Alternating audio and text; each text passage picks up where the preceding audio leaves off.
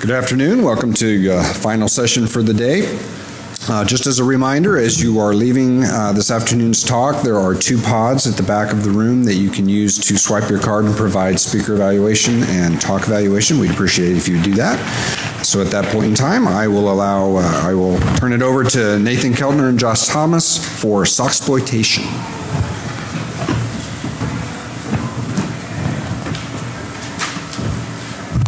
So first, thanks everybody for showing up late in the day for the last Black Hat talk. We appreciate that this is the talk you chose.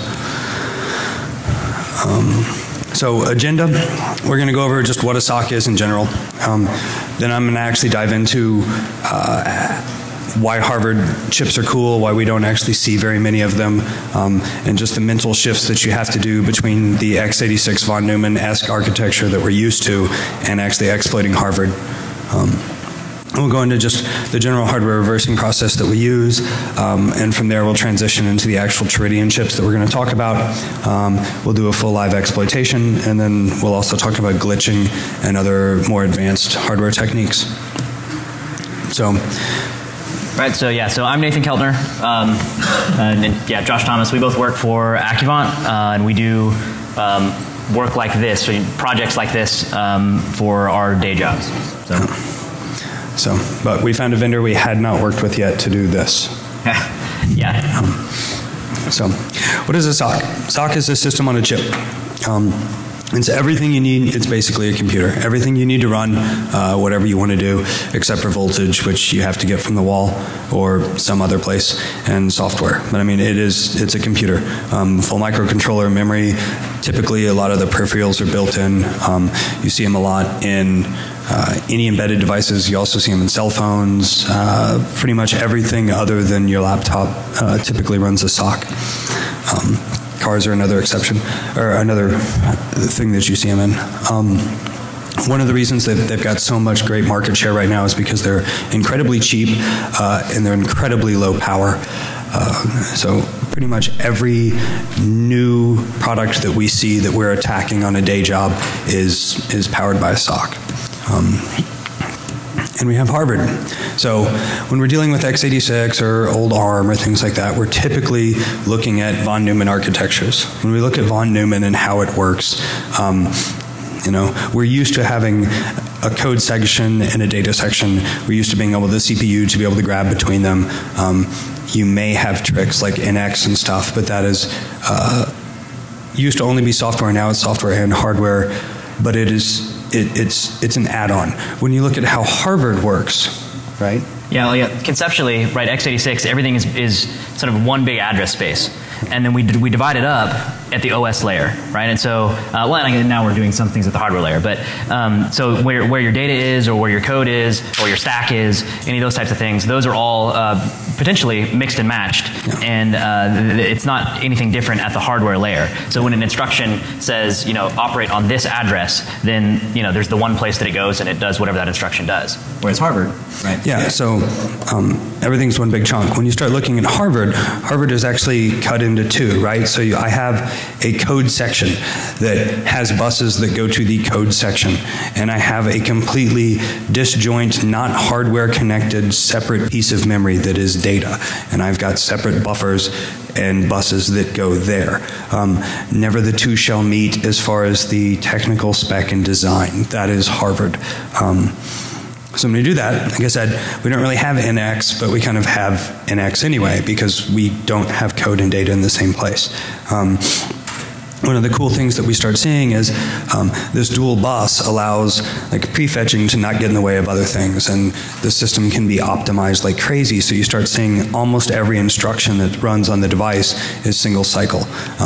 So we've got it may be technically slow, but it actually runs fairly fast at low power. Yeah, one of the things that the Teridian chip that we're going to talk about later in more detail, one of their selling points or whatever on it is that it's got about an 8 or 16x speed increase over other cores that are similar for the same clock per clock cycle, because they can do basically everything in one clock cycle. So there's very few instructions that take more than one. Yeah. So what we started seeing when we start looking at Harvard a little more, we start seeing the first headache we see is that, like, because the buses are different, because it's physically separated, we can have program and data actually have different bit widths. It starts to be a pain, but not really for us. It's just interesting. Crazy registers. You typically have custom compilers and custom tools. You have banking headaches, which Nathan will get into in a little bit. And then things like pointers and stacks are just awkward or gone or work way different. If you're interested in Harvard as a overview and just kind of getting a little more into the whole technology, if we don't cover enough for you today, Travis Goodspeed did an excellent talk at NoSuchCon. Really, you should go look at that. He basically covered like 10 different embedded chips and then tips and tricks on how to do exploitation on all of them. Unfortunately, none of that really applies to this one. And so like the stuff we're talking about here, there's not a lot of overlap, but it's the same space. So if you're interested in this, it's great work. Yeah. So our typical hardware reversing, just what we do, how we do it, how I attack a problem, how Nathan attacks a problem. We tend to work with smart meters. We tend to work with things like that. We're talking about a lot of voltage running through your desk at home. First warning that we hear at every presentation that is talking about smart meters is you have high voltage you don't want to touch. Touching high voltage sucks. We've all done it. Every one of us has at least run 110 through us, right? And it hurts. Don't do that. So be careful. Logic analyzers, they're great. You can start latching onto chips, which we'll see in a second. Start figuring out what's going on. Almost every type of Harvard chip or any sort of embedded chip that you're going to look at will typically have a custom debugging board. You can also start playing with the GoodFET, which we've done quite a bit for this project, but sadly we're not releasing anything yet. Because it never quite worked the way we wanted. Bus Pirate, I mean, typically you want to be able to figure out what's going on the wire, then you want to figure out how to actually debug and start playing with things. Right, it's all just about figuring out what are those interfaces there, right? So just figuring out what talks to what, how can I interface with that, how can I monitor how the pieces are interfacing with each other, and then in what ways can I influence execution state. Yeah. And the last kind of pro tip that we've got before we really get into the meat is if you're working on high voltage or typically almost any embedded system you see, if you are powering that device, like we're failing here, but if you're powering and you're running ground on the same plane that you're running your device, like if we're running 110, that your laptop doesn't like that and you end up doing things like frying your USB ports. If PCBs were designed correctly, that would never be a problem. But when you get into like debugging interfaces and stuff like that, like there's a couple of them out there that are known for letting you electrocute yourself or frying your laptop. Yeah. So this is kind of just we got a couple pictures that I'll just walk through real quick. This is a typical setup when we're starting to hit hardware and start digging into it. What you can see in the foreground there is we've got very tiny micro grippers actually gripping onto the SoC as it's soldered onto the board. So it's running, it's got 110 volts through it, and then you can see past the beer. No, it does. No, the chip doesn't though. That's true. The chip doesn't. The board does. But you can see, like halfway back, we've actually got the vendor supplied debug port. So I'm actually being able to control debug. But as I'm doing that at a software layer, those little micro grippers are actually letting us do a full logic analysis on what's going on the wires. So we're able to track more things than the vendors let us get to, and start digging a little deeper. And then again, kind of the same picture, just from a different angle, where basically every time we attack something like this, we're really trying to just figure out what's going on. My thing is really what's going on at boot. Where are things getting loaded from? What can we do? Our end goal typically is I need to dump this firmware so I can then throw it in IDA and I'm back in a comfortable spot. So Teridian. These are the chips we're going to talk about today. There's a ton of Teridian chips on the market. They're one of the biggest vendors for smart meters. So you see them everywhere in the smart meter space. We've started seeing them a lot in pin pads, any type of distribution automation or home automation.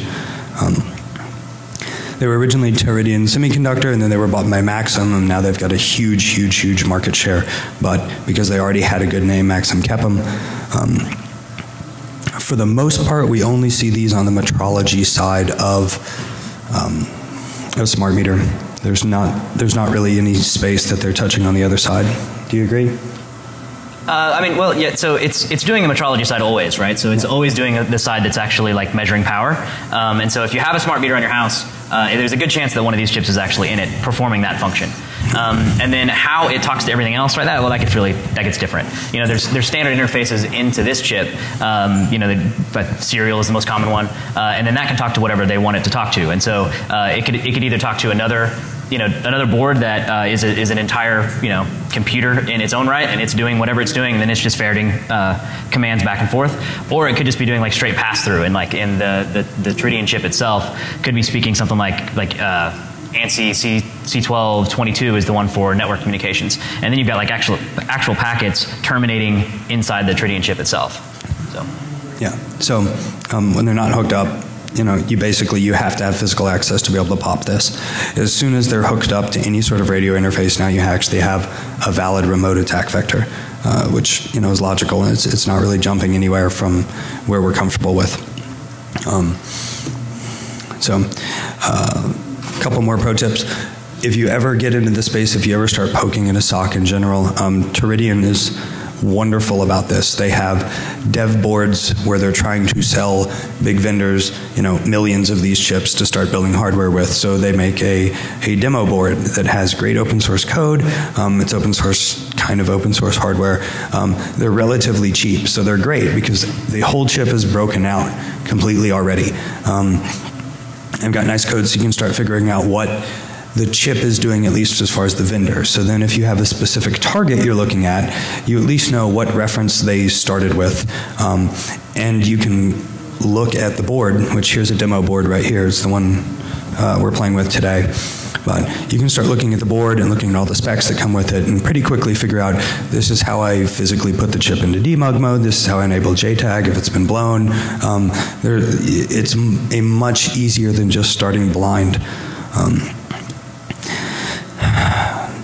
Yeah, so one of the things we always want to do is we want to dump firmware, right? And a lot of times that's very difficult on production gear. It's not impossible, but one of the things that we found that is actually significantly easier than fighting with production gear, I buy the demo board, I take my production gear, I run chip quick around the whole production gear SoC, I pull that off, and then I resolder it on the demo board, and now I've got everything broken out. JTAG is miraculously in hardware enabled again, and we can just use the standard tools to dump firmware. You can't really do that live in the field as an attack vector, but if you want just to get the device once, it's really the easiest way to go. Second thing, when you start wanting to look at these type of devices and how they work, you really want to figure out what the PCB is doing around the SoC just as much as you want the SoC. One of the tricks that we have started to do more and more is I take a board, like a production board, and I desolder everything. And just like that's all the detritus crap that was on the board. I'm sure it's important for it to run, but I don't care at this point. I take that, I throw it away. Then I throw the bare PCB in a flatbed scanner. I scan both sides, and then I just throw it into the GAN per Photoshop and I start tracing all of the traces. And now I have a complete PCB layout, just like I would if I was the electrical engineer actually building the PCB to begin with. Now I can start enabling and disabling filters in the GIMP, and I can fully understand how that hardware is working. Yeah, and of course, there's different types of PCBs, right? So you've got ones that have multiple types of layers. As a general rule, the ones that we've seen, those middle layers are primarily just either like ground planes or power planes, that kind of thing. So there's not a lot of complexity on those, and you can usually kind of figure out what they're doing. Yeah. So we've not had anything really complex that's bothered us with yet. Yeah.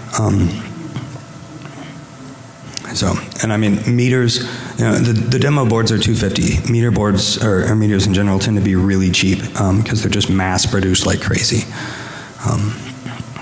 So once we've done the full deep analysis of actually how the board works, then we can start working on a live PCB. We can start playing with it when it's got power through it, when it doesn't have power through it. Yeah, so typically what we find is, and this is just general, not really Teridian specific, but typically what we're looking for when we want to dump firmware is just shift the chip into a different mode. So it's ungrounding a pin, it's grounding a pin, it's crossing a pin with power. These are how the hardware actually works. So this is what we're going for when we're really trying to understand. Yeah, you want to talk about code tracing? Oh, sure, yeah. So some of the chips support what's called code tracing over the debug interface, and some don't. So like this demo board that we bought here, we had a long, hard argument or discussion, I guess, with Teridian, where we were just trying to get some of this stuff because it was on back order for extreme periods of time. And so we ended up finally just switching and ordering this one at the last minute quickly because they had it. And then later I discovered that, it doesn't have code tracing.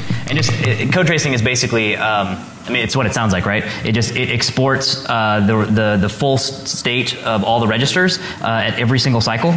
So the debug application that they use will give you like full like the ability to go backwards and forwards through execution state. So as the program's running, it makes it so much easier to figure out what's going on. And if you're doing, trying to figure out exploitation, if you're just trying to figure out, maybe how it's like pulling in and it's decrypting a certain part of itself to like pull keys out or whatever you want to figure out, it's so much easier if you have code tracing. So unfortunately, we don't have that to demo because the one that we have doesn't have that, which makes various things harder. But it's only a slight difference in the this expensive debug interface thing that we had to use. So it's worth it to just as a heads up that they don't all have it. So it's worth it to find it.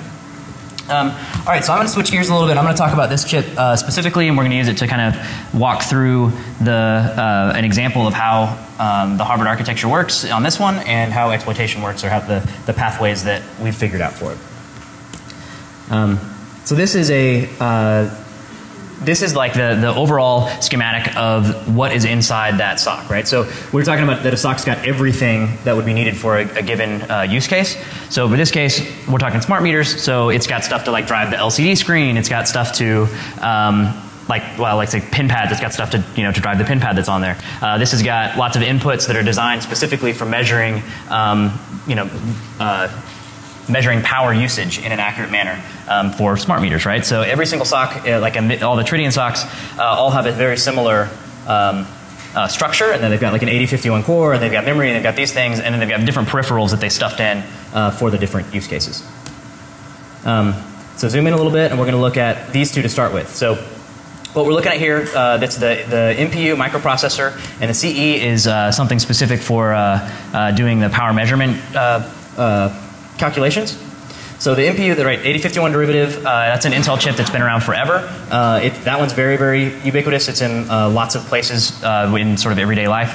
This version of it is one that has just been massively parallelized, or however you would say that. It's got the ability to do lots of things in just one instruction cycle, right, that we were talking about earlier. So that's the major difference on that. It's byte aligned, which means that you can kind of jump wherever you want, right? You can do things like ROP if you wanted to, if you were able to control the stack. So it's useful on those sides. The computation engine is something that we don't really care about from a security perspective, just knowing that it's there and it will occasionally step on you. So the problem with the CE is that it and the microprocessor share flash memory. And so basically there's timers firing off all the time saying who's allowed to have or who's allowed to be running. And so you'll be doing something in your code, for example, and then suddenly the CE will kick in and it'll like lock you out of flash memory in the middle of what you're doing.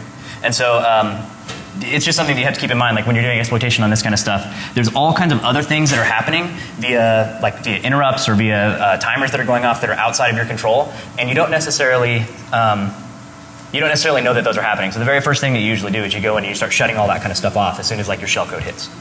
So yeah, the major things that we care about on this particular architecture, 8051 core, the memory, and then the ICE components, the ICE being like a JTAG analog, if you're familiar with that. Okay, so let's talk about memory, right? So we've got these four basic different types, and we really only care about three. So there's flash, external RAM, and then internal RAM. So a memory map. So talking about where is flash and what's that look like. This is where code and occasionally static data is stored. So if you're writing this kind of code, it would be like you want to be putting things like keys and stuff like that in here for some other reasons we'll talk about later. But static data is also stored there because it's a large amount of space. So like I think one of the biggest things that's stored there in like the demo software, for example, is just all of the like the text, like the ASCII that's used for like the help thing on like one interface. So so it's got code and data, but it's never modified data, and the data usually has to be copied somewhere else before you can do anything with it. Flash memory itself can't normally be modified. So true Harvard would mean that this would be read-only like all the time. And that so you'd load code with like a JTAG or whatever, and then you send the production device out, and then it never gets modified ever. Now reality, right, is that nobody can do that, right? Nobody can ship code on a device and then never update that code again. So what that means in the real world is that that nowadays Harvard architectures require the ability to somehow modify flash memory. So you got to jump through like 10 different hoops to make that occur. But the general statement is that you can't modify it. So that makes it hard, right? If that's the only place that code can ever be loaded from, if that's the only place that instructions are ever run from, and you want to change the thing, like you want to drop shellcode on it, and you want to do whatever you want to do, that is obviously that's the major barrier on Harvard architecture. Unique to this, it's we're talking very small spaces, so it only addresses 64 KB at a time, and then like half of that gets swapped out. This thing called banking. So the bank switches. So like the top half is always there. So like that first 32K is always there in that address space, and then the next 32K gets rotated out by a certain value in like a bank select bit register. And so whatever's set in there tells you what data is accessible over there, and that brings you all kinds of headaches when it comes time for exploitation. In software, it's not really a big deal because you just load up the settings for the compiler. It knows what chip that is, and it just automatically handles all that for you. So you write normal C code, and you don't really have to care about most of this stuff because it'll automatically load in the libraries and do all the bank switching for you. However, if you jump in via some external method where you've been able to do some of the stuff we're talking about here, or talk about later, where you're able to actually get code execution, then suddenly you have to deal with all that stuff, and so it's a big headache. Flash is really weird. So I don't know if you know a lot about Flash or like how it works, but like when you get to the point where you actually can start modifying it. So let's say that you bypass, you do those 10 hoops so that now you can make modifications. Well, the way Flash works is that it's not like an on-off switch like what you normally think about. The way that it works is that you will mass erase a whole section of it at once, and what that does is it turns all the bits on, right? So basically it resets everything to FF. And then when you code it, you turn off select bits to give it a certain value. So what that means is that if you want to make a modification, you end up that you have to reset it to FF first before you can put an arbitrary piece of data in it. Or you have to find a place of code memory that's already full of FFs. But it's very different than just like normal RAM or like what we think about on hard drives and stuff, where you just like can just push something and just say go do that.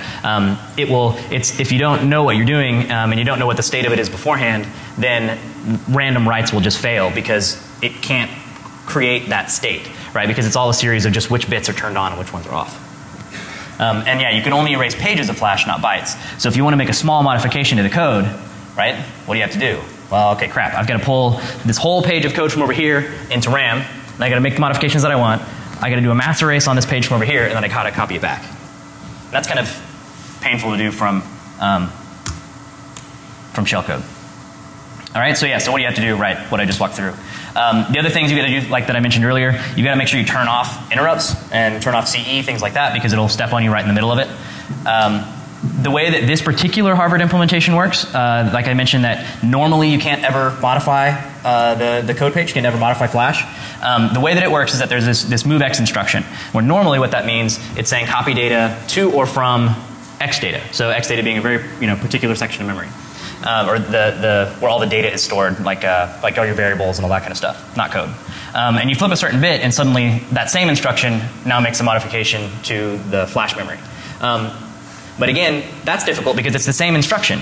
So if you happen to have that bit on longer than it should be, and like some other piece of code runs, then suddenly like all of your flash just got corrupted, right? Because every single instruction is, like every single function is dealing with movex commands, because that's where it's storing arguments and pulling data out, things like that. And so like if you don't get this thing switched off fast enough, then suddenly something else will run, and it thinks that it's storing code like on, or fetching and storing code or storing data over in RAM, but instead it's actually corrupting your firmware.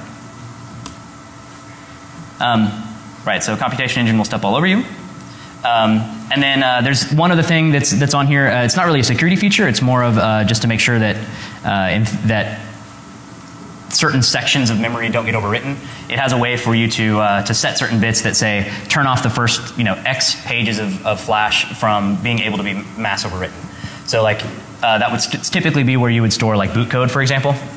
Something like that, like a sort of failsafe, or it's the code that loads everything else. And so you put that there, and then you never want it to be overwritten. But it's just a bit, so there's not a security feature of that. You can just go in and change it if you need to. Right, so we can unset bits. In certain specific situations, you can be happy with not having to do that mass erase trick. You can craft, but it's got to be you can craft. That in a binary 1 and 0 format, you can still flip from a 1 to a 0 and then recraft your data. But you have to, that is a huge headache. Right. There's been some stuff on other architectures where this matters a lot more. Like some of the stuff that Travis has talked about on, I don't remember which architecture it was now, but the particular way that like the compilers on that architecture worked is that they would store certain types of stuff that you could modify up higher than stuff down below that you cared about. So like what you would end up being able to do is you could unset certain bits, and then you could drop a pointer to being a lower value, and then you could jump out of that particular area that you were in. So like the upper area would be this protected area that you can't get into, for example, and then you unset some bits, and then suddenly now you're down in like the equivalent of userland. Right? We can't do that here because we kind of have the opposite problem. All the code that's already there is down below, and then the only places that we would ever modify are up above. So you can't go higher, but you could theoretically go lower. All right, so next section, right, we're going to talk about IRAM. They're down there at the bottom. So IRAM is really small, right? What is it? 256 bytes, I think. Yeah, and so that's where so special function registers. That's yeah, we don't really need to know what those are, other than just that's where you store certain types of bits on like the state or the configuration of the processor. And then basically what's in here is your stack for the most part. And so it's really small. And so what let's see. Yeah, so depending on compiler and settings, the stack is usually there. But the problem is that it's so small that variables aren't. So that's another major difference, right, from the stacks that we're used to. Variables are never stored here. The compiler basically always sticks them over in Xdata, and then it hard links them. Or it'll just embed it directly into the code itself if it knows that it can do that. So that makes it really hard for exploitation, right? Like you think about any type of exploitation pathway that deals with the stack. None of those are really valid on this particular architecture, because like any sort of let's say like a memcopy bug, right? Let's see. Any kind of memcopy bug, you would not be able to modify the stack in this case because you're not actually on the stack, right? All your variables are someplace else.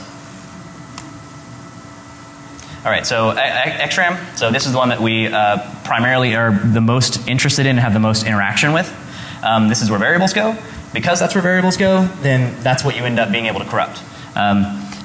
All of the, whenever a mistake is made in code, that happens, and it's some sort of mistake that allows you to modify like the variables that it's dealing with, right? So like if it's a memcopy, right, that I talked about a second ago, and it allows you to overwrite something. Well, in this case, you'd be able to overwrite things after that in Xdata. But again, we don't have stuff that's there. We don't have registers there. We don't have, you don't have the ability to overwrite the return value, for example, because the return value is not there. It's in someplace else. All right, and then so we'll come back to that here in a second when we get to the actual exploitation stuff. But then this last section that's specific for this, we'll talk a little bit about the emulator, and that's what this JTAG-like thing is. It's a proprietary undocumented debugging interface, which basically means that you've got to buy the expensive one. But once you have that, then you're able to talk to it.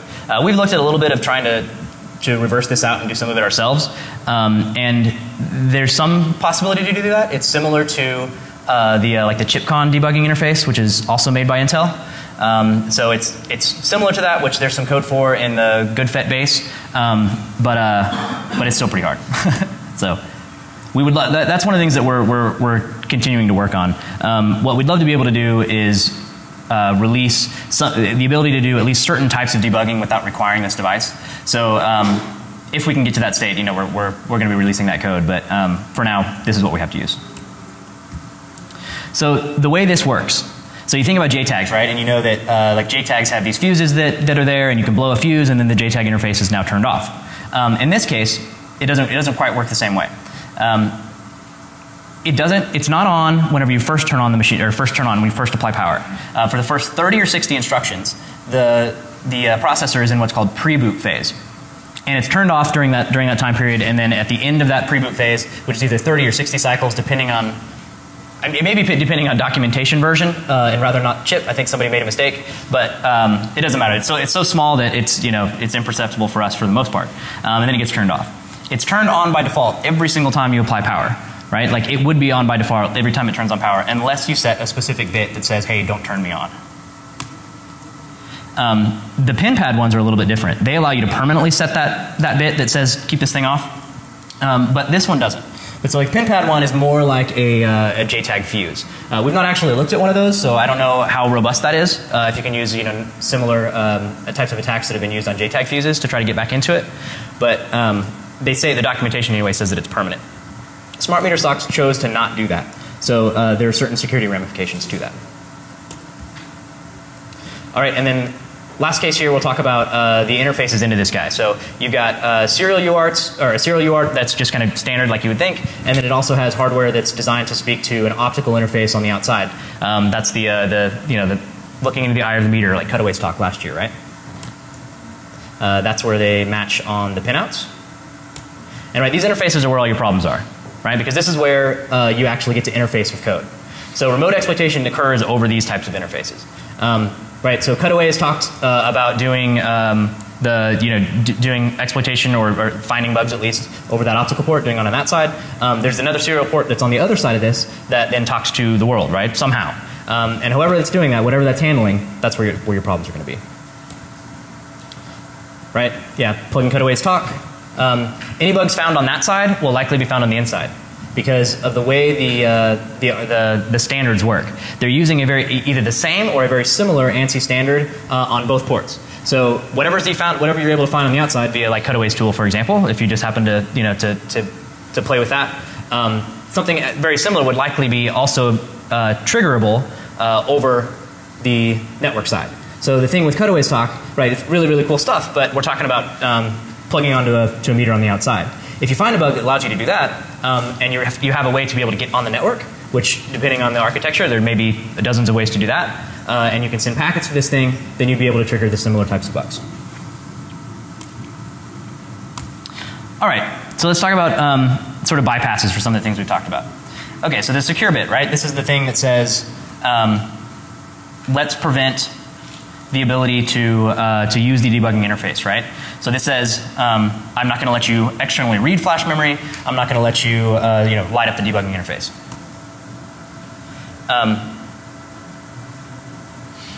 The way to unset that. So it's not, like, again, that is also not a permanent flag, right? The way to unset that kind of stuff is to hit it with a mass erase, so that you wipe out the code that is setting that in the first place. So in the first 30 or 60 cycles, what's normally happening is that there's a instruction that runs that sets this bit and says turn off the debugging interface. Pre-boot phase ends, and then the debugging interface does not come up. So how do you get back into that device, right? So they didn't want to just have that be a bricked scenario. So the common way that these guys will do it, and MSP430 does it the same way, and others, it'll let you go ahead and without being able to light up the full debugging interface, you can perform a mass erase.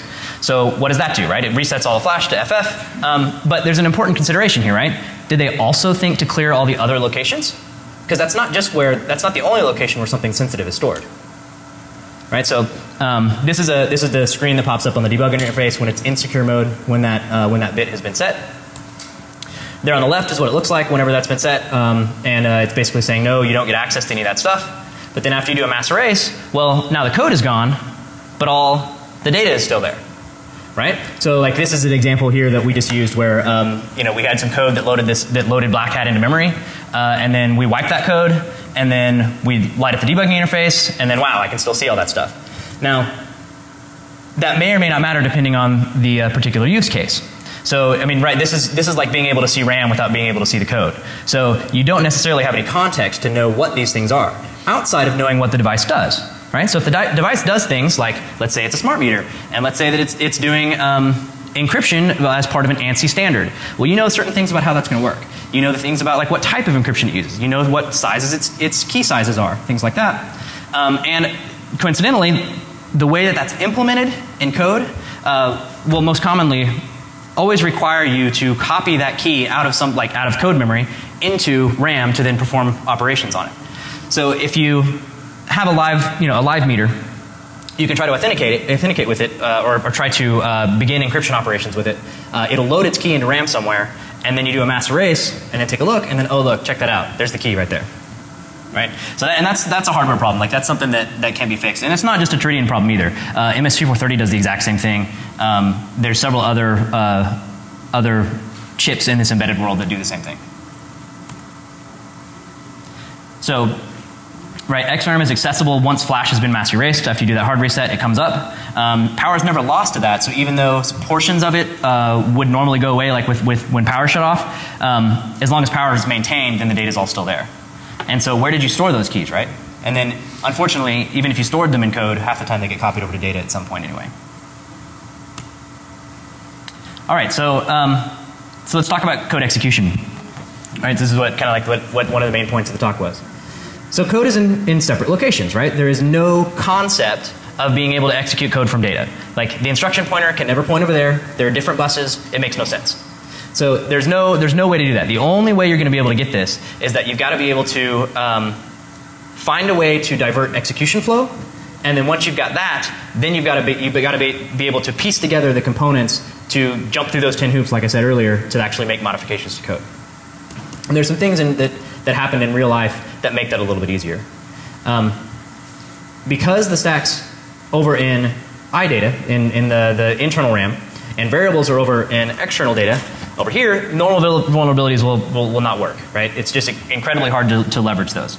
And then, unfortunately, even after you gain execution pointer control, you still don't have control of the stack on this architecture. Because whatever mechanism you're going to use to gain execution flow is not coming through the stack, right? So you don't have control of that. Or you may have the ability to see it or like modify it, but you can't do that in any sort of like contextual fashion. You don't necessarily know what it is. So you can go and you can clobber it, right? But that's not gonna give you any help. So let's talk about a standard overflow, right? So standard memcopy type thing. Once you've got whatever that type of bug would be, you've got the ability to make modifications to X data, right? But there's nothing important there. So how do we do it? And it's not necessarily just an 8051 thing that this does it, but it's Teridian specific. So there are other, I think Travis's talk that we plugged earlier, he speaks of another 8051 implementation where this is doable because the stack is in a location that is bigger in comparison, and so the compilers for that one don't do this sort of trick where it sticks the stack over here and sticks the data over here. So in those cases, standard buffer overflows would work just fine, but they won't in ours, unfortunately. And then because there's another side of this too, so what we end up looking for, right, what you're ultimately doing is you're trying to find pointers, right? You're trying to find some sort of pointer stored over an external data that you can then modify and then trigger some code execution path that will then fire those off and get them for you. But there's a few reasons why those are really hard to find, right? So normally, right, they're on the stack. They're, as part of normal execution flow, and you pop one on and you go run a function and then you return back. But even outside of that, the compilers know that, it knows a lot about the state of the program, right? And so what it'll do is that half the time it just embeds like a hard-coded value into the code anyway. So there's not a lot of pointers that are accessible anywhere because they're all permanently static over in read-only memory. But so let's talk about like the ways that you might be able to do this, and the ways that we'll demo this here in a minute. So the ANSI Smart Meter standard uses concept of tables, right? So if you saw Cutaways talk, you know all about this stuff, or if you've seen one of the other ones. But it's when you're reading memory out of data or reading memory off of a meter. Let's say you're doing something similar, like you want to know how much power usage has been used over this period. What you do is via the standard, you ask it the right way to say, hey, give me the contents of table 10, whatever. And then if you've got access rights to do that, it'll give it to you. Well, so the spec, of course, tells you what's valid. It tells you what tables are real, what tables are not. And so, of course, you have common programming errors where you code only to what the spec says. So it's common to see, or vulnerabilities do exist or have existed that that did not account for being able to ask for table values or things like that that would never happen in the normal part of anything, right? And so when that happens, you could see something like this, right? So let's say that you've got some table value, and then you're taking a table index that's coming in from a request. It's saying I want to see table 10, for example. And if that's implemented in arrays, then you'll see something along these lines where it feeds a value in.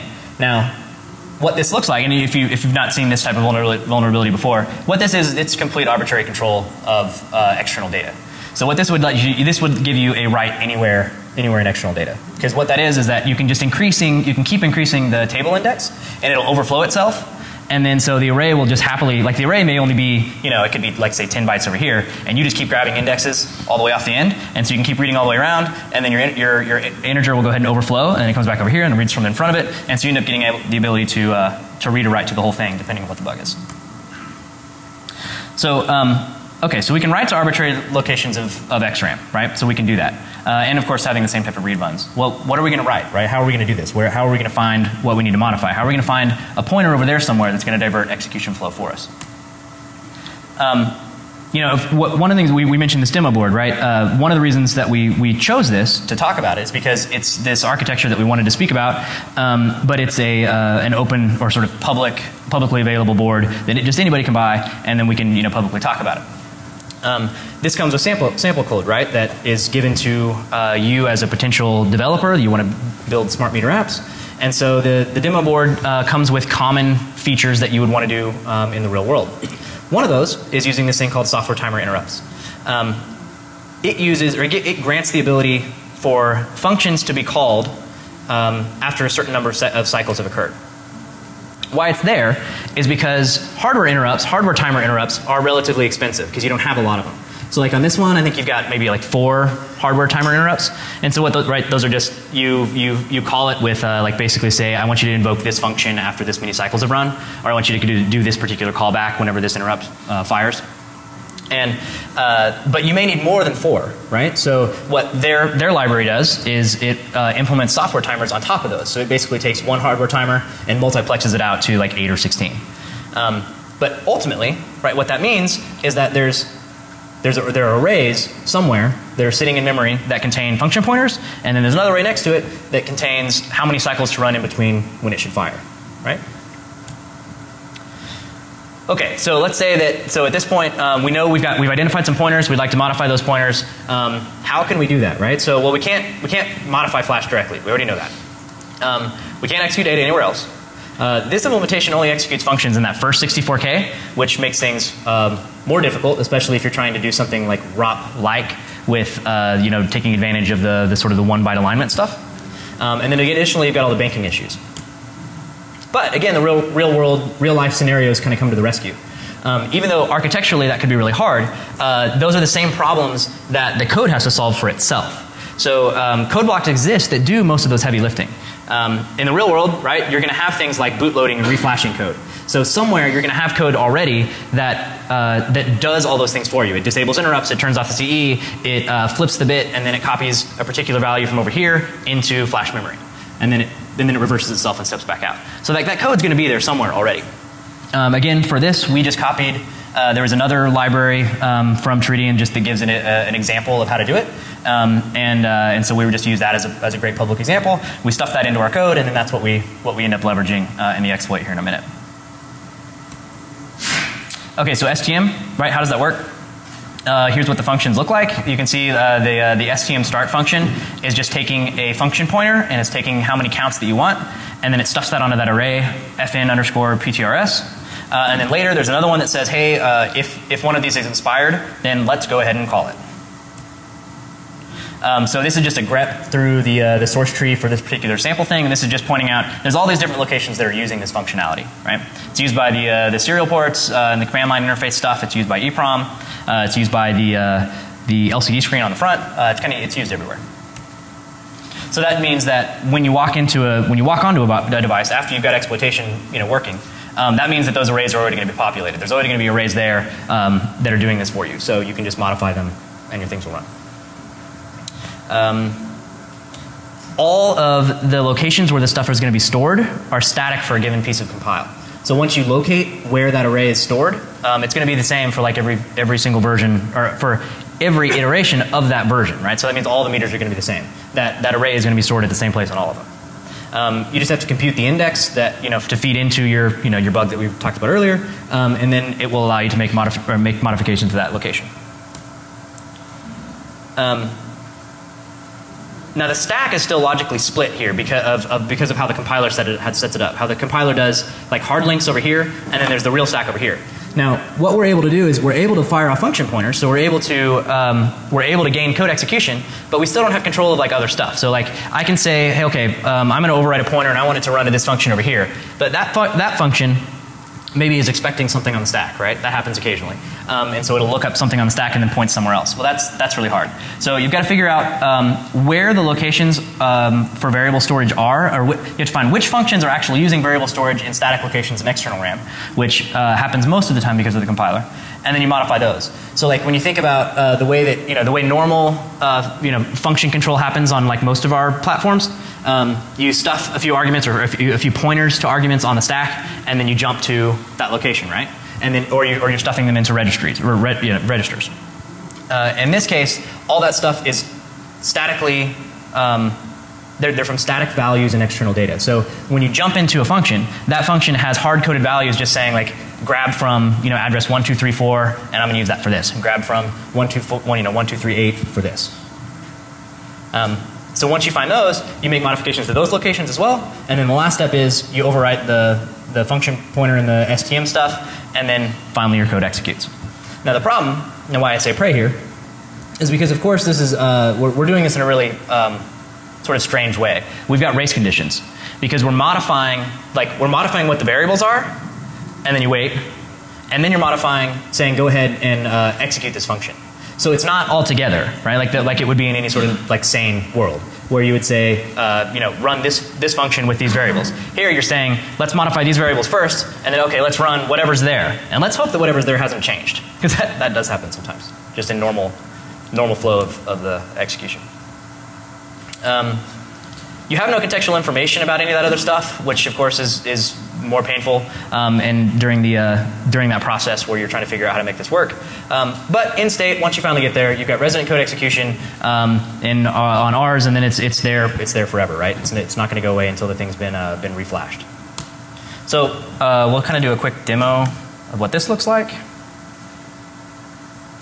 Right, so this is looking at this is the debug interface application, just a Windows application that does all this. I've already got this loaded up and it's running. So what you're going to see here, so I've got a script over here I'm going to run that's going to interface with the serial port where this bug exists and this bug didn't exist in their demo board because the demo board itself doesn't actually implement any of those standards. It doesn't actually implement anything for talking to the outside world. It's just meant for showing off the chip. So we had to implement our own interface on that and then have the bug in that. So that's what we're doing. And again, I guess the overall point of this talk is not necessarily about specific bugs in smart meters that are out there right now, but talking about once you find those bugs, because they're out there, once you find them, what do you do, right? And so that's why, so we've got our demo one over here. Code's already running. So you're looking at like here, this is address 6000 in program state. Currently it's all FF because it's blank. We're going to see that get modified here in a second, and then execution flow is going to jump into it, and then that's basically our landing pad where the first stage of shellcode runs. That then starts making modifications to other parts of the OS to do what you want it to do. All right.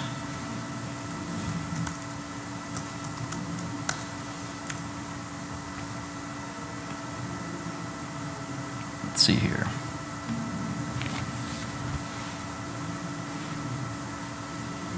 That's right, so we're setting different variables for functions that we want to call. We're starting to upload shellcode, executing that flash write and saying actually make copy the shellcode over from XRAM to there, fix up the STM array to make it happen, and make it not crash afterwards, and then finally redirect execution flow.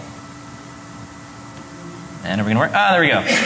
And so, so in this case, we're talking about like a fake demo board here, so it's kind of hard to figure out like what's the best way to show off that bug. But here, this is what we've got. Like we've modified this particular range. You can see because it's red now, it's been modified. It's not ever supposed to be able to be modified. And then we stuffed our own code in there, and then we jumped to it. And there we go.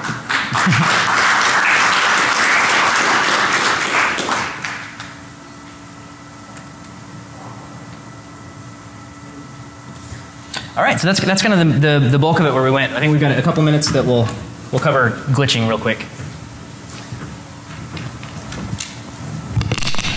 So if you remember way back, we talked about there's some bits that can be set that don't let like ICE be enabled anymore, so you can't actually do any live debugging on the board.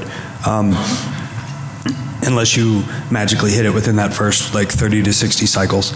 Once you do, you can get away from that. But we kind of wanted to do something a little sexier, and it was one of the reasons we're not releasing the GoodFet code, because we went tangential down this path and the GoodFet just couldn't quite keep up with where we wanted to go. We will get there and release it hopefully at some point. So we've got that pre-boot that is like 60 cycles, and in that 60 cycles, somewhere that security bit gets set. We just need to keep that security bit from getting set.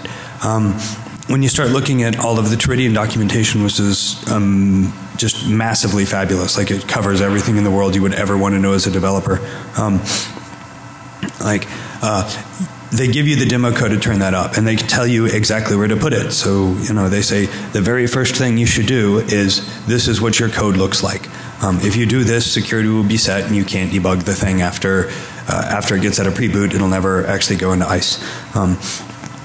So we compiled that in, threw it in, started looking at it. What this code actually translates to is long jump, set secure butt, and then something else. So we're like, okay, we just need to stomp all the hell over that third clock cycle after boot. Like you give power, boom, I need to kill that third clock cycle. That thing doesn't get set, and then I'm good. Like the thing will boot, I can get in.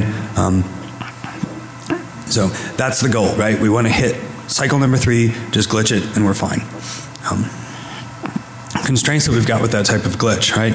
We're running at 10 megahertz. We have to hit cycle 3, and we've got to hit it hard on the dot. Because you know, we don't want to hit 1, we don't want to hit 2 necessarily, right? Because if you want to still have it running and be live, you still want those jumps. You just don't want that third thing to hit. Well, maybe, right? It doesn't always matter. Yeah. You know, if your end state is that you're just trying to get this thing up so that you can pull the code off of it. And then once you've got that, that's great. You'd be able to make whatever modifications you want to it and then reflash it. Yeah. So you can be extremely exact with it, and everything will still run correctly. Or you could not be extremely exact with it, but you'd still get the debug interface. So as long as the thing doesn't like constantly go into a reboot loop, for example, and if you can get past that and long enough, you can keep it alive long enough to let the debug interface be up, then you'd be able to halt execution, and then at that point, you've got the debug interface. So. Which is something he reminded me of, because I was focused on that like clock cycle 3 and was like killing myself, and then he was like, dude, you don't have to hit it. And I was like, it got a little easier. So at the end of the day, we probably can just stomp over every damn thing that's in those first 60 cycles, and we'll get through enough to dump code. So we've kind of got 2 approaches, right? If you want to go with the open sourcey kind of hardware type thing, you've got the GoodFet, which is not remotely fast enough to actually pull this off unless you're going to be sloppy and just step over everything. And it looks like we can do that, right? So this is what that approach would look like. It's just like a massive like table flip, I don't care. And then you've got the dot and crake approach that was released at Recon. And if you're not familiar with the dot and crake yet, you should look into that stuff. Basically it's just an FPGA that's hooked up to tons and tons of buses. So like it'll let you interface with whatever you want to interface with, and then you write FPGA code to do all that. It's a really fast way to be able to monitor lots and lots of things all at once, or be able to do things like this where you're monitoring lots of things and then also changing stuff. You're providing stuff at a specific value or whatever, specific speed. Yeah, so that approach would look like this. It would be like, I just want to hit that one instruction and be able to do it. We started down this path. We were about halfway through with the GoodFet stuff, and then we actually got Nathan Keltner hardware, and we got really excited, and we started like completely diverging, which is one of the other reasons we didn't finish with either. But when we got the hardware, we were talking to one of the other guys at Recon that was trying to do something completely different with the Teridian chips and accidentally pulled this off. Yeah, one of the sort of the kind of a funny aside, like how vulnerable this thing would be to glitching, and others as well, I'm sure. When you're stepping through the source code of like their demo stuff, like so I said earlier that we copied over the bootloader code from that they had released and used that. So you're stepping through the section that deals with like flash writes. And like every third line or something, it checks this value, and it's saying like, am I supposed to be doing this? Am I supposed to be doing this? Am I supposed to be doing this? And finally, in one place, you find a remark from the author that says, because of like normal electromagnetic interference, like in storms and whatever else, the execution pointer gets corrupted like all the time. So like just in normal usage of the thing, the instruction pointer will like jump someplace else and it just goes all crazy. And it's okay because there's a hardware watchdog that is paying attention and it'll just reset it if it gets too out of whack. And that's not a big deal for that. But it points out like a funny aside where it's like they had to put all these checks in because they wanted to make sure that the execution pointer didn't ever just accidentally get corrupted by like a lightning bolt or whatever and then jump into the flash overwrite section and then corrupt like the whole world. And then it'd be bricked forever. Right? So that'd be really bad.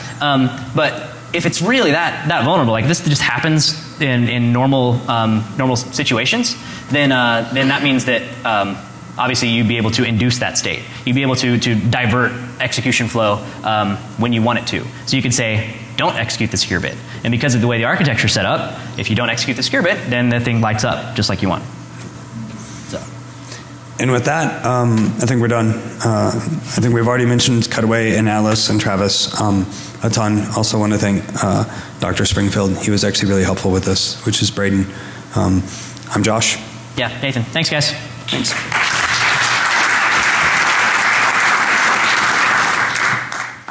There's very few instructions that take more than one. Yeah. So what we started seeing when we start poking at Harvard a little more, we start seeing the first headache we see is that, like, because the buses are different, because it's physically separated, we can have program and data actually have different bit widths. It starts to be a pain, but not really for us. It's just interesting. Crazy registers. You typically have custom compilers and custom tools. You have banking headaches, which Nathan will get into in a little bit. And then things like pointers and stacks are just awkward or gone or work way different. If you're interested in Harvard as a overview and just kind of getting a little more into the whole technology, if we don't cover enough for you today, Travis Goodspeed did an excellent talk at NoSuchCon. Really, you should go look at that. He basically covered like 10 different embedded chips and then tips and tricks on how to do exploitation on all of them. Unfortunately, none of that really applies to this one, and so like the stuff we're talking about here, there's not a lot of overlap, but it's the same space. So if you're interested in this, it's great work. So our typical hardware reversing, just what we do, how we do it, how I attack a problem, how Nathan attacks a problem. We tend to work with smart meters. We tend to work with things like that. We're talking about a lot of voltage running through your desk at home.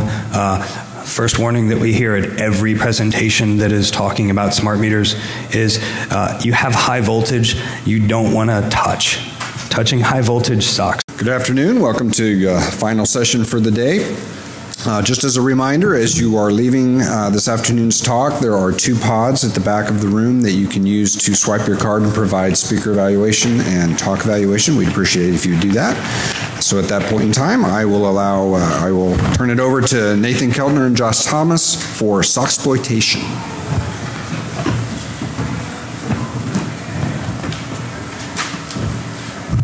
So first, thanks everybody for showing up late in the day for the last Black Hat talk. We appreciate that this is the talk you chose. So agenda, we're going to go over just what a SoC is in general. Then I'm going to actually dive into why Harvard chips are cool, why we don't actually see very many of them, and just the mental shifts that you have to do between the x86 von Neumann-esque architecture that we're used to and actually exploiting Harvard. We'll go into just the general hardware reversing process that we use, and from there we'll transition into the actual Teridian chips that we're going to talk about. We'll do a full live exploitation, and then we'll also talk about glitching and other more advanced hardware techniques. So, right, so I'm Nathan Keltner, and Josh Thomas. We both work for Accuvant, and we do work like this, projects like this for our day jobs. But we found a vendor we had not worked with yet to do this. Yeah.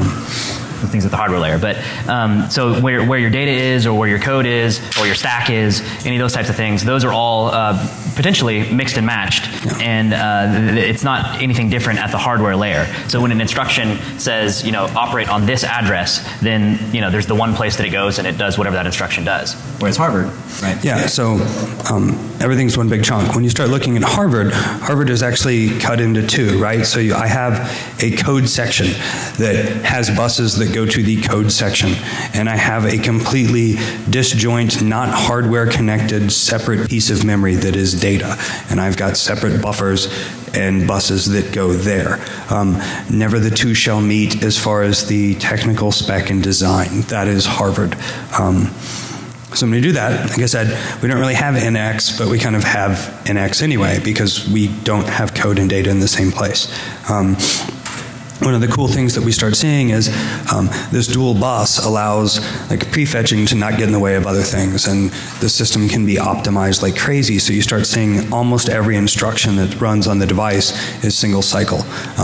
So we've got it may be technically slow, but it actually runs fairly fast at low power. Yeah, one of the things that the Teridian chip that we're going to talk about later in more detail, one of their selling points or whatever on it is that it's got about an 8 or 16x speed increase over other cores that are similar for the same clock per clock cycle, because they can do basically everything in one clock cycle. So what is a SoC? SoC is a system on a chip. It's everything you need. It's basically a computer. Everything you need to run whatever you want to do, except for voltage, which you have to get from the wall or some other place, and software. But I mean, it's a computer. Full microcontroller memory. Typically, a lot of the peripherals are built in. You see them a lot in any embedded devices. You also see them in cell phones. Pretty much everything other than your laptop typically runs a SoC. Cars are another exception, or another thing that you see them in. One of the reasons that they've got so much great market share right now is because they're incredibly cheap and they're incredibly low power.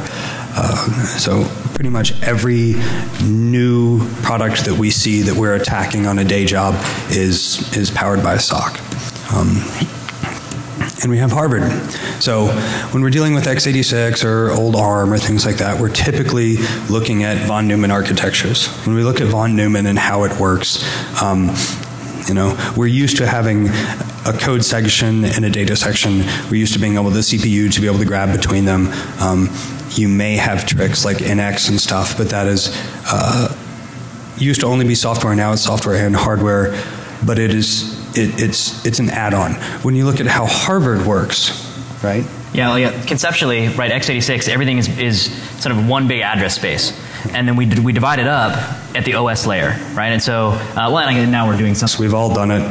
Every one of us has at least run 110 through us, right? And it hurts. Don't do that. So be careful. Logic analyzers, they're great. You can start latching onto chips, which we'll see in a second. Start figuring out what's going on. Almost every type of Harvard chip or any sort of embedded chip that you're going to look at we'll typically have a custom debugging board. You can also start playing with the GoodFET, which we've done quite a bit for this project, but sadly we're not releasing anything yet. Because it never quite worked the way we wanted. Bus Pirate, I mean, typically you want to be able to figure out what's going on the wire, then you want to figure out how to actually debug and start playing with things. Right, it's all just about figuring out what are those interfaces there, right? So just figuring out what talks to what, how can I interface with that, how can I monitor how the pieces are interfacing with each other, and then in what ways can I influence execution state. Yeah.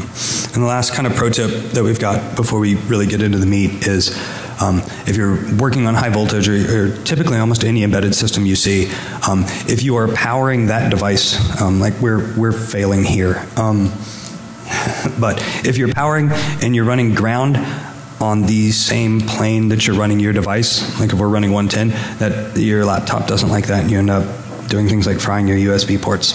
If PCBs were designed correctly, that would never be a problem. But when you get into debugging interfaces and stuff like that, there's a couple of them out there that are known for letting you electrocute yourself or frying your laptop. Yeah.